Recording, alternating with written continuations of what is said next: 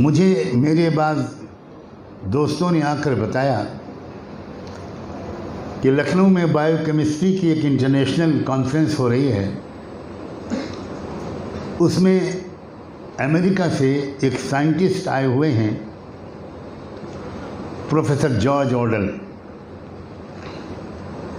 वो आपसे मिलना चाहते हैं, इस्लाम के बारे में कुछ बात करना चाहते हैं। मैंने कहा कि ज़रूर। वक्त तय हो गया और वो मेरे पास उन दोस्तों के साथ आए।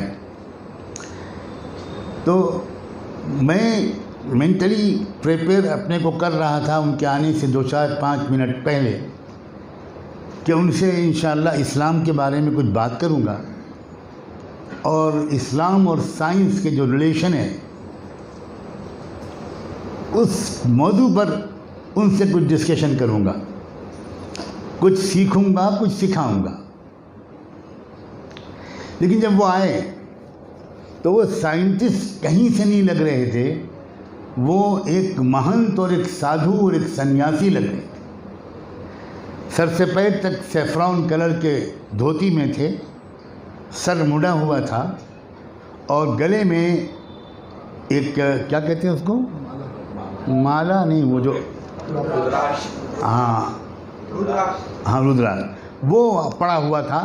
उसको देखकर मैं समझा कि अरे ये तो हरे रामा हरे कृष्णा मिशन की अलामत है। खैर बातचीत शुरू हुई तो मैंने उनसे कहा कि आप ज़रा पूरी तफसील से अपने बारे में बताइए और ये भी कि हरे रामा हरे कृष्णा मिशन से आपने क्या सीखा। मैं तो एक इस तालिब इल्म हूँ, जो चीज़ मिले अच्छी मिले मैं हर जगह से सीखना चाहता हूँ। तो उन्होंने कहा कि मैं 4 महीने बेंगलोर में हरे रामा हरे कृष्णा के मिशन में रहा हूँ। साईं बाबा के अंडर में मैंने ध्यान और ज्ञान सीखा,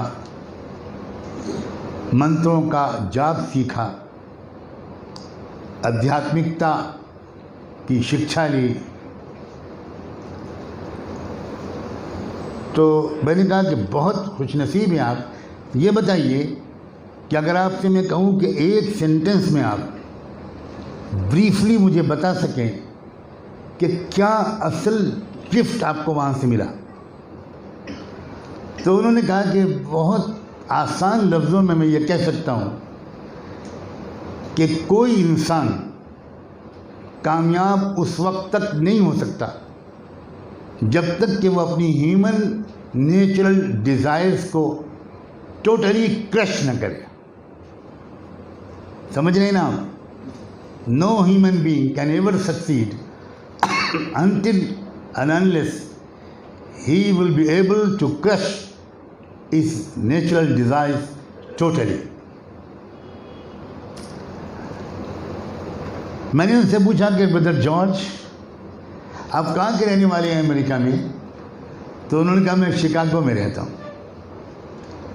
मैंने उनसे पूछा शिकागो की पॉपुलेशन में कितने % लोग हैं आपके ख़्याल में जो अपनी फितरी ख्वाहिशात को, नेचुरल डिज़ायर्स को 100% क्रश कर सकते हैं?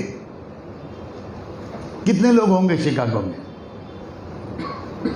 तो कई मिनट सोचने के बाद कहा तो मैं नहीं समझता कि 2 या 3 लोगों से ज़्यादा शिकागो की मिलियंस की आबादी में ऐसे लोग मैं ढूंढ पाऊंगा जो अपनी नेचुरल डिज़ायर्स को हमेशा के लिए कुचल दें। और जब तक वो कुचलेंगे नहीं तब तक निर्वाण नहीं हो सकता। मैंने कहा कि ये जो प्रिस्क्रिप्शन है, ये जो ट्रीटमेंट है, शिकागो जैसे शहर में 2 लोग या 3 लोग इंक्लूडिंग योरसेल्फ अगर ये कर पाएँ, इससे वर्ल्ड पीस कायम हो जाएगा, इससे यूनिवर्सल ऑर्डर ठीक हो जाएगा। कहेंगे नेवर, सवाल ही पैदा नहीं होता।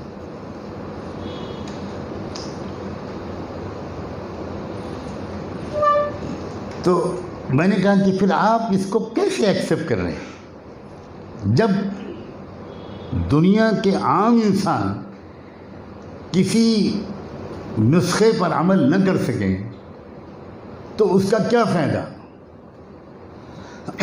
दो लोग सन्यासी बन गए तो उससे दुनिया में अमन और इंसाफ कायम नहीं हो सकता। कहने लगे एब्सोल्युटली ट्रू। फिर उन्होंने कहा कि मैं इसीलिए तो आपके पास आया हूँ क्योंकि मैं पिछले 15-20 दिन से प्रॉफिट मोहम्मद की लाइफ हिस्ट्री पढ़ रहा हूँ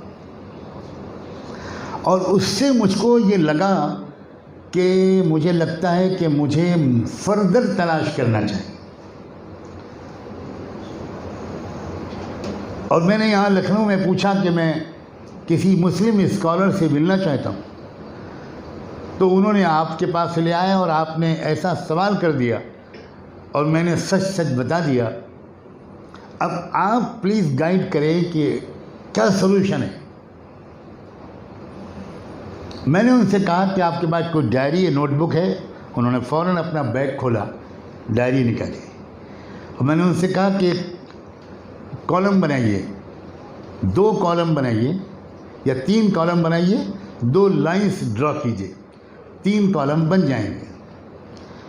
पहले कॉलम में आप अपनी जो आपकी नेचुरल डिज़ायर्स हैं, जो हैबिट्स हैं, जो आदतें हैं अच्छी या बुरी, आप उनको लिखते चले जाइए विदाउट टेलिंग मी आप क्या लिख रहे हैं। वो लिखते रहे। मैं खामोश इंतज़ार करता रहा।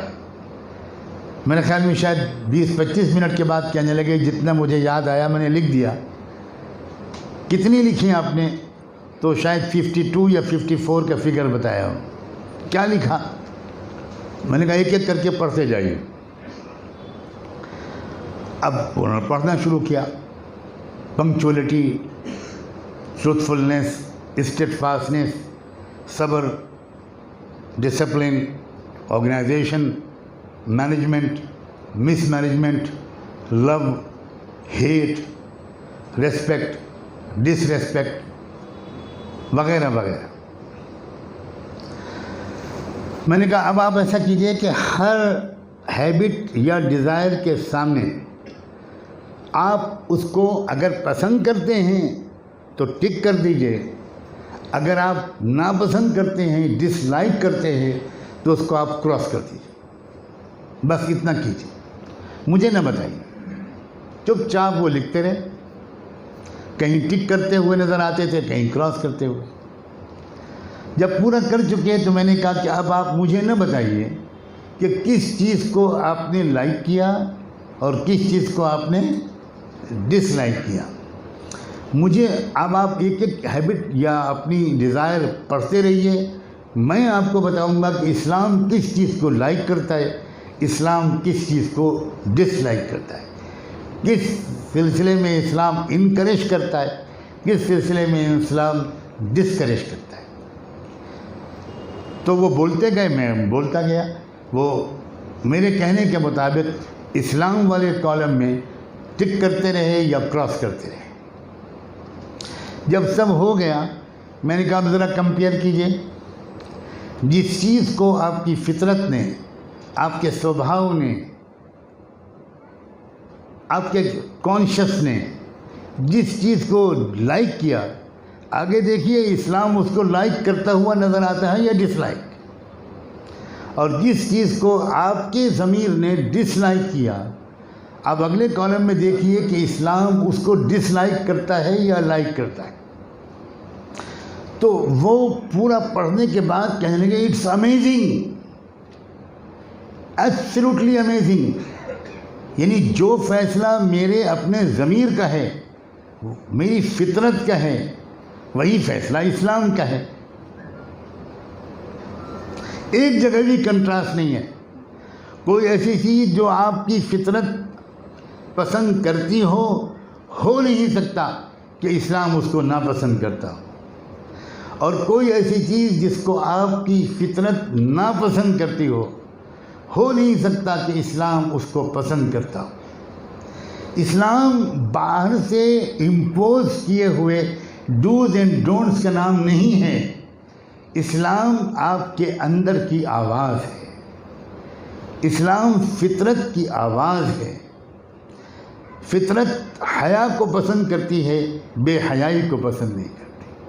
फितरत सच को पसंद करती है, झूठ को पसंद नहीं करती। फितरत इंसाफ को पसंद करती है, जुल्म को पसंद नहीं करती। इसी तरह इस्लाम हया को पसंद करता है, बेहयाई को पसंद नहीं करता। सच को पसंद करता है, इंसाफ को पसंद करता है। नौजवानों, 2 घंटे की मेरी उनकी सीटिंग और नशिस्त था, और उसके बाद उसके नतीजा ये निकला कि प्रोफेसर जॉर्ज कहने लगे, ऐसा लगता है कि मैं हलाक होने से बच गया। सिर्फ इतना जुमला उन्होंने कहा, ऐसा लगता है कि मैं बर्बाद होने से बच गया। क्योंकि ये तो मुझे उनके मिलने से अंदाज़ा हुआ था कि उनकी तड़पती हुई प्यासी रूह हक़ को ढूंढ रही है, रूहानी सुकून की तलाश में है, और तलाश करने वाले को अल्लाह हिदायत दे ही देता है। चुनांचे वो मुझसे कहने लगे कि मैं अभी तो आपसे कोई प्रॉमिस नहीं करता, but I very humbly request you to please pray that may Almighty show me the right path। बस मैं इतने ही कह सकता हूँ। वो चले गए। थोड़े दिन के बाद, एग्जैक्टली मुझे याद नहीं रहा कि कितने महीने के बाद या कितने हफ्तों के बाद, उन्होंने मुझे फ़ोन किया और उन्होंने कहा कि मैं Islamic community centre of Chicago में बैठा हूँ। ये जुमे का दिन था और मैंने अभी यहाँ जुमे की नमाज के बाद कलमा पढ़ा है और दामन मुस्तफ़ा थामा है, और मेरा नाम सईद अहमद रखा गया है। खुशी की बात यह है कि उन्होंने मुझसे कहा कि अब मैं मुतमईन हो गया, अब मुझे कंप्लीट परफेक्ट मुस्लिम बनना है, मैं क्या करूं। अल्लाह ने मुझे एक मशवरा देने की तौफीक दी, जिसकी तफसीलात में इस वक्त बयान करना गैर ज़रूरी समझता हूं। उस शख्स ने उस मशवरे पर अमल किया। चंद महीने वो ऐसी जगह पर जाकर रहे वो प्रोफेसर, जहां अल्लाह ने उस शख्स की बेहतरीन तरबियत की, और अगले शायद 1 साल के बाद रमज़ान मदीने में गुजारने के लिए अल्लाह ने मुझे वहाँ पहुँचाया, और प्रोफेसर जॉर्ज मदीने में रमज़ान गुजारने के लिए वहाँ आए, प्रोफेसर सईद। और आपको हैरत होगी, 1 साल में वो 15 पारे के हाफिज़ हो चुके थे, और मस्जिद नबवी में तरावी के बाद नफलें मैं उनके पीछे पढ़ता था।